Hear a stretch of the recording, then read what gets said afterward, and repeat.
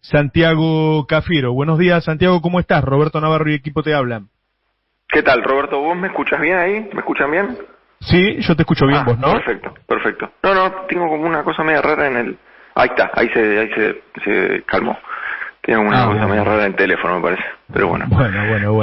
Sí, nada, buen día ahí a todos y todas.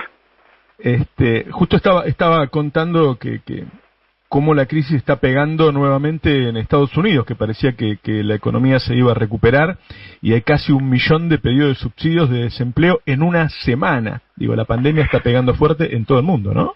Es que la pandemia pega en todo el mundo. Lo que pasa es que a veces nosotros pensamos que o nos quieren hacer creer que en Argentina hay una suerte de excepcionalidad con respecto a esto, y la verdad que no es así. Nosotros solamente con mirar el mundo como está, lo que te das cuenta es que muchos que anticipadamente declararon que le habían vencido el coronavirus después le vuelve, y tienen que volver con medidas. También países que han tenido medidas mucho más livianas o menos rigurosas con respecto al cuidado de la salud de sus habitantes, de todos modos, desde el punto de vista económico, la pandemia les pega igual. Bueno, fíjate, yo te doy 2 datos, digamos, ¿no? El Fondo Monetario Internacional, que dice que es una crisis similar a la de 1930 y que se espera que el 95% de los recursos per cápita de los habitantes de todo el mundo se reduzca, el 95%.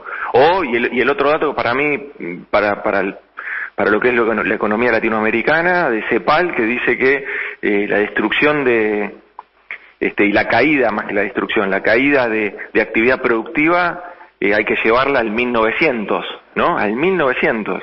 Digamos, es una crisis de magnitudes lo que está viviendo el mundo con respecto a la pandemia y del coronavirus. Esa es la realidad.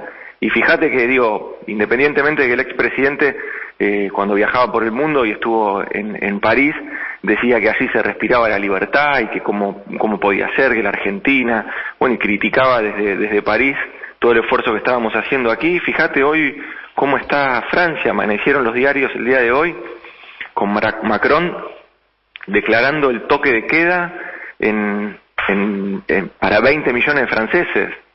Fíjate cómo esto se va modificando y lo dinámica que es esta pandemia. Ahora, viste que el Fondo Monetario Internacional recomendaba que los ricos o los que les está yendo bien pagaran más impuestos, y está claro que se necesitan las dos cosas, ¿no? Que quien tiene dinero lo invierta para generar laburo y a la vez que pueda tributar. Ahora, para encontrar un ejercicio tan colaborativo, haría falta que estemos en otro esquema democrático, ¿no? Hoy hay demasiada confrontación como para llegar a ese tipo de acuerdos. No sé qué pensás vos. Mira, yo creo que es cierto que hay que seguir generando acuerdos. Se generaron muchos acuerdos. La inmensa mayoría de los argentinos y argentinas acordamos que debíamos cuidarnos ante la pandemia y ante el coronavirus. Acordamos en marzo que era necesario tomar medidas que obviamente nos iban a complicar la vida a todos, porque no íbamos a poder desarrollar la vida como la veníamos desarrollando, pero todos acordamos que era la mejor forma y que era la mejor manera de sobrepasar esta crisis, que era una crisis que estaba empezando en nuestro país y que necesitábamos ese tiempo para aprender a cómo tratar a la pandemia, para que los trabajadores y trabajadoras de la salud se capaciten, sepan cómo tratar a alguien que llegaba enfermo, y sobre todas las cosas para también fortalecer el sistema de salud. No nos olvidemos que todo ese tiempo que se le fue ganando a la pandemia, a la irrupción de la pandemia con tanta violencia, todo ese tiempo el Estado Nacional siempre lo fue aprovechando en hechos bien concretos: 12 hospitales modulares, ampliación de las unidades de terapia intensiva en casi un 40%. Vos pensás que hoy hay lugares en la Argentina que tienen el sistema de salud tensionado, con valores de arriba de ocupación del 90%, es decir, que si nosotros no hubiéramos ampliado la capacidad de camas de unidad de terapia intensiva, muy probablemente el sistema de salud estaría colapsado, hubiera estado colapsado. Ese tipo de cuestiones me parece que es de destacar, porque no fue la decisión, obviamente, política de un gobierno, pero también, y por sobre todas las cosas, fue la decisión de una sociedad que en su conjunto acompañó este tipo de medidas, y me parece que es de destacar, y un esfuerzo muy grande de los argentinos y argentinas. Con respecto al tema de los recursos, y sí, claro, siempre ahí hay disputa cuando uno trata de generar este tipo de políticas, siempre hay disputa, pero nosotros tenemos bien en claro de reconocer cuál es el alcance, y sobre todo podemos dar testimonio de a dónde fueron esos recursos, no como el gobierno anterior, que recibió un montón de recursos pero no fueron a parar a ningún lado. Pero nosotros podemos decir, a ver, los recursos, los casi 7 puntos de PBI que la Argentina invirtió en la lucha contra la pandemia, está en los 12 hospitales modulares, en la infraestructura hospitalaria, en los respiradores, o sea, es palpable, es material, está en el IFE, está en el ATP, está en la asistencia al trabajo y la producción, está en los subsidios a tasa para las pymes, o no sé, los programas que hemos tenido con respecto a los trabajadores independientes y monotributistas, con créditos a tasa cero. Sin ir más lejos, para la industria cultural, en los otros días lanzamos un programa donde vamos a invertir 2.000 millones de pesos, de acá a diciembre. Ya habíamos invertido 1.000, ahora lo relanzamos, vamos a invertir otros 2.000 para acompañar las industrias culturales. Es decir, hay cosas como más concretas, nosotros podemos demostrar dónde están los recursos que se piden y se solicitan. Santiago, tenemos un público, nosotros, que nos consulta constantemente sobre el tema del IFE. ¿Qué definiciones me podés dar de cómo sigue? Mirá, el IFE, lo que yo quiero comentarles es esto. Pensemos que el IFE fue una política pública que nosotros la diseñamos allá al inicio de la gestión de la pandemia, que fue cuando estaban restringidas todas las actividades económicas, ¿no? Que fueron, desde el 20 de marzo hasta todo abril. Toda esa etapa fue una etapa de restricción fuerte de la circulación por la lucha, por cómo teníamos que gestionar y luchar contra la pandemia, sobre todo en ese momento. Y entonces el modelo de gestión de la pandemia en ese momento significaba restringir mucho la circulación, y eso significaba justamente restringir actividades económicas y comerciales. Hoy ese tipo de gestión de pandemia no existe en nuestro país. Hoy las actividades económicas ya hace meses que están con posibilidad de funcionar. Obviamente hay algunas que están más resentidas que otras, pero hoy ya no hay un impedimento normativo para que las actividades funcionen, salvo haciendo siempre la salvedad de industrias culturales del espectáculo o las relacionadas al turismo. Y bueno, con la gastronomía, si querés, a media máquina, lamentablemente, pero es así. Sí. No, pero salvando eso, el resto de las actividades productivas y económicas del país ya están en condiciones de funcionar hace meses. Entonces, lo que en su momento se diseñó como el ingreso familiar de emergencia, que era una cosa más masiva y general, que llegó casi a 9 millones de argentinos y argentinas, hoy por ahí amerita tener, que es lo que estamos estudiando, y ver si llegamos a tener una medida que sea más focalizada, que llegue de un modo más focalizado a aquellos que más lo necesitan. Entonces ahí estamos tratando de avanzar en diferentes métricas y en diferentes cuadros estadísticos, a ver si podemos llegar a poblaciones más objetivos, que no sea esta cosa general del IFE. Como te estoy diciendo todo esto, tampoco descarto que hagamos el IFE 4, porque quizás no llegamos con esto, porque hay una decisión del gobierno que es bien específica, que es ayudar de todos modos a aliviar el impacto de la pandemia. Si llegamos de un modo focalizado, haremos ese tipo de políticas. Si no llegamos de un modo focalizado, volveremos a hacer un IFE 4. Me da la impresión de que vienen tiempos para apuntalar el empleo, ¿no? Que por ahí ese mismo dinero, o menos lo que el Estado pueda dar, se puede utilizar para ayudar a generar empleo.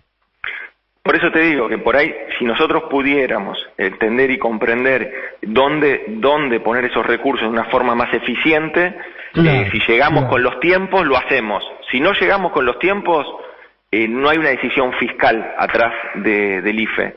Hay una decisión política de acompañar a los argentinos y argentinos que le están pasando mal. Ahora queremos ver si llegamos a hacer un ejercicio de inversión más eficiente de esos recursos, pero eso depende también de todo el trabajo que estamos haciendo en el Gabinete Económico y Social. Si llegamos con esa modalidad, haremos una cosa distinta, y si no llegamos, haremos un IFE 4.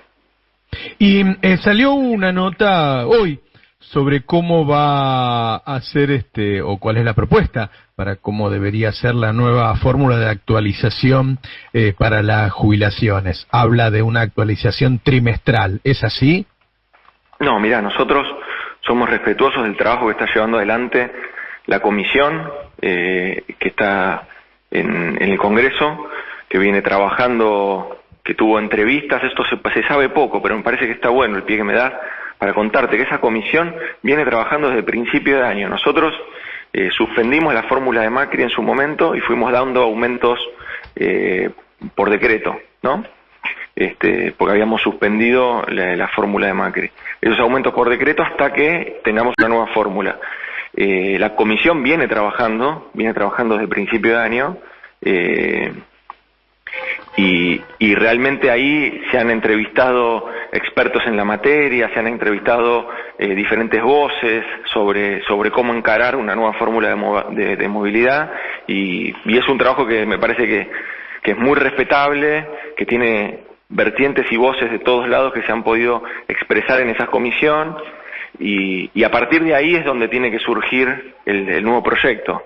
Así que nosotros somos también respetuosos de eso. Nos parece que están haciendo una tarea muy promisoria en coordinación entre el Poder Ejecutivo y el Legislativo. Ajá. O sea, de ahí va a surgir la propuesta, no es que hay una claro. propuesta como fue publicado. No, de ahí surge la propuesta, de la comisión surge la propuesta.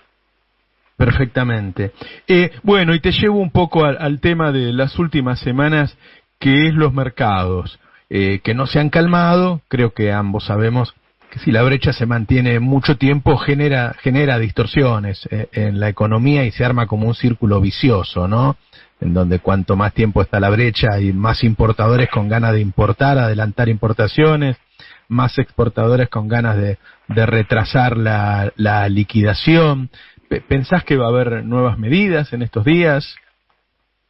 Mira, siempre todas las semanas se van corrigiendo diferentes cuestiones.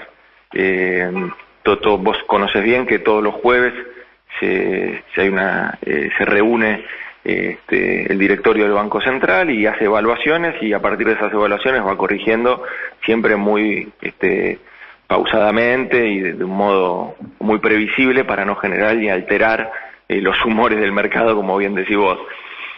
Lo que viene sucediendo hasta acá es primero algo que tiene que ver con brechas, como decís vos. Lo que nosotros tenemos que tener en cuenta es que lo que ocurre es que hay una gran cantidad de capital especulativo que entró con Macri, y eso tensiona mucho el mercado de cambios porque quiere salir, es así. Entonces eso es una parte, pero con esto no quiero que ya le echó la culpa a Macri, no le echó la culpa a nadie. Yo lo que digo es, eso es un dato de la realidad, son capitales especulativos que entraron con una renta extraordinaria que les proponía el gobierno anterior y que hoy tensionan fuerte porque quieren salir. Entonces tensionan sobre todo ¿dónde? El mercado de bonos, el CCL, ese es el mercado que tensionan. Pero sigue siendo un mercado chico todavía, eso no es un mercado de volumen.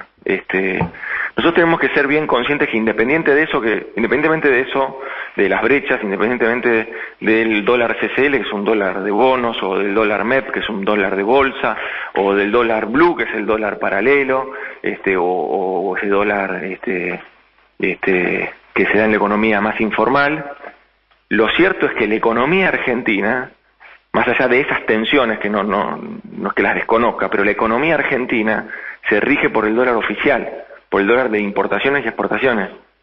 Es el dólar oficial. La economía argentina se rige por ese dólar. Por eso, yo recuerdo, aunque a veces se enojen, pero este tema que no es muy opinable, porque ahí en realidad el que nos hizo un favor a Pratt Guy les hizo un favor. Claro, por eso, porque él demostró que estaba equivocado. Él demostró de manera práctica. Pero descarnada, porque en realidad tuvimos una inflación de 40 puntos, porque él se equivocó en los manuales.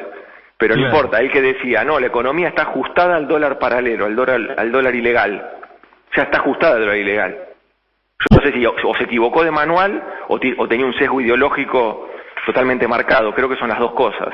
Pero ¿qué hizo? Dijo que era así, y ¿qué sucedió? Argentina no se ajustaba con ese dólar, sino que se ajustaba con el dólar oficial, quedó clarísimo. Él hace la devaluación y dice no va a tener impacto en los precios porque ya la economía está ajustada al dólar ilegal o al dólar blue. ¿Y qué sucedió? Tuvimos una inflación de 40 puntos durante el 2016. Entonces él ya está, digo, no es más opinable esto, a partir de Prat-Gay ya no es más opinable el tema. Pensaba que claramente hay gente que no quiere quedarse con los pesos, ¿no? Al fin y al cabo, digo, con juzgar no ganamos nada. Uno lo que tiene que tratar es analizar qué es lo que hay sobre la mesa. Y no, estamos en medio de una Estamos en medio de una pandemia, ¿no? Pero por eso, pero vos me conocés y sabés que yo hablo con mucha franqueza y sin eufemismo y nada. A ver, esto es así, obviamente, estamos en una pandemia y nosotros no tenemos nosotros no ponemos excusas, ni somos opinólogos, ni somos espectadores de la realidad, sino que estamos permanentemente viendo qué políticas públicas, qué políticas cambiarias, qué políticas económicas, qué instrumentos pequeños sectoriales. Estamos permanentemente trabajando para ir dando cuenta de la realidad argentina y cómo hace falta ir modificando. Pensá también una cosa, Roberto, acá hubo una crisis, no herencia, porque esto, viste, que si no parece que uno la tira afuera, pero nada que ver. No herencia, lo que digo es, acá hubo una crisis en Argentina 2018-2019 que es una crisis de balanza de pago. Fue una crisis de confianza tremenda, ahora que hablan mucho de la confianza, fue una crisis de confianza tremenda porque no te prestó más nadie y tuviste que ir al Fondo Monetario Internacional a que te dé 44.000 millones de pesos, de dólares, perdón, 44.000 millones de dólares. Esa crisis de balanza de pago lo que hizo es que Argentina acumule 2018-2019, donde Argentina hizo crecer la pobreza 8 puntos, generó una destrucción de empresas, pymes, de capacidad productiva de la Argentina, generó desocupación, y generó una inflación de casi 54 puntos, es decir, esa es la Argentina, Sobre esa Argentina se montó la crisis de la pandemia, una crisis global, una crisis que estamos viendo el resto del mundo. Uruguay, que no conoce el coronavirus, cayó 10 puntos el PBI de Uruguay, o sea, en el segundo trimestre del año. Y no conoce el coronavirus, imagínate. Brasil tiene cifras de desempleo todavía mayores a las nuestras y ha tenido otra actitud hacia el coronavirus. Pero con esto no hago una comparación de países para decir a ver si estamos bien, si estamos mal. No es por eso. Lo que quiero decir es que esto es global. La descripción es que esto es una crisis global, que le pega a la Argentina como le pega a otros países. La última, porque sé que te tenés que ir y te agradezco la nota.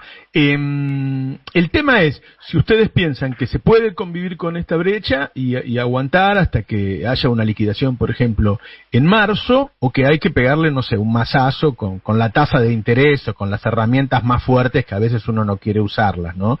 Porque tienen sus pros y después tienen sus efectos colaterales. O sea, se va a ir llevando de a poco con medidas como la de hasta ahora y viendo, o uno puede esperar que en los próximos días el gobierno diga no, bueno, vamos a jugar fuerte porque esto es grave.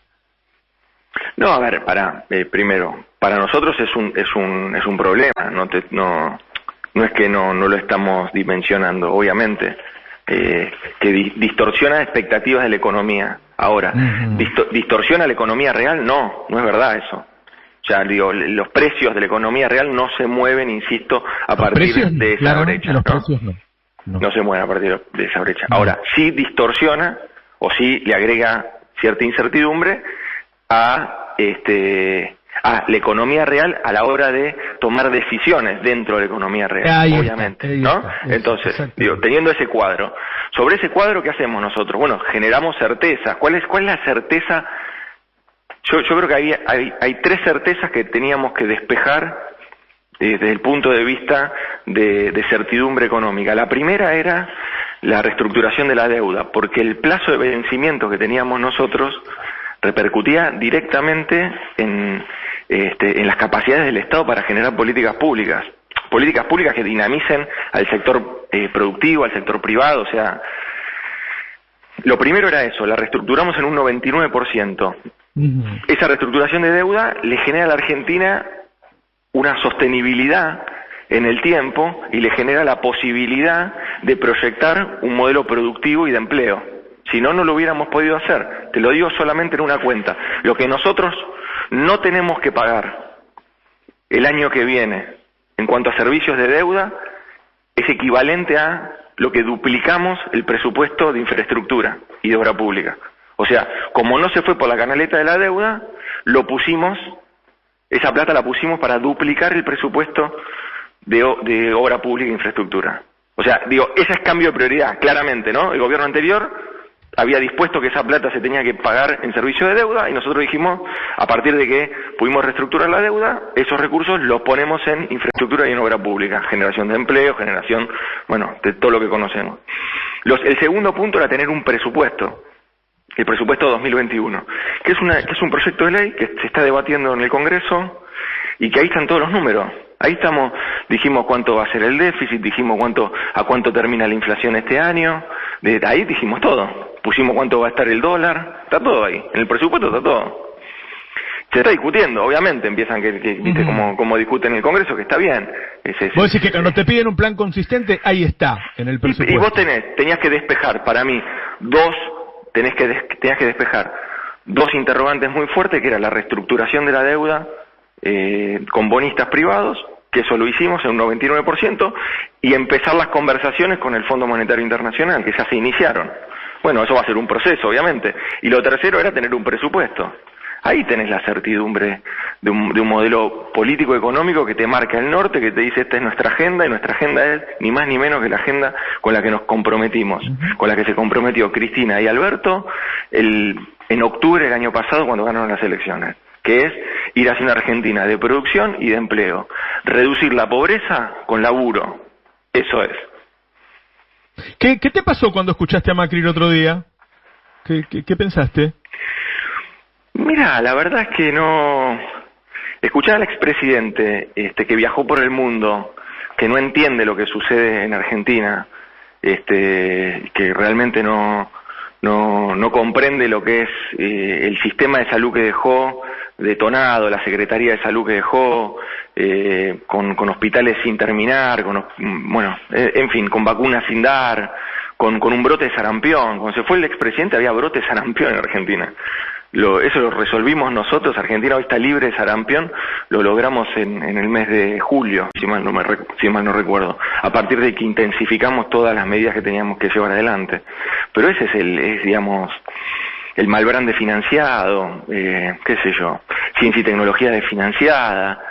No me parece que sea contrafáctico, me parece que hay un testimonio bien concreto hacia dónde Macri direccionaba sus prioridades y que por eso él no tiene nada para aportar en este momento, porque no comprende lo que es la lucha contra la pandemia que estamos haciendo todos los argentinos y argentinas. Y él piensa que lo que hace es, con sus declaraciones, lo que hace es generarle un daño al gobierno, y lo que le genera es un daño a todos los argentinos y argentinas que venimos peleándola y que la vamos a seguir peleando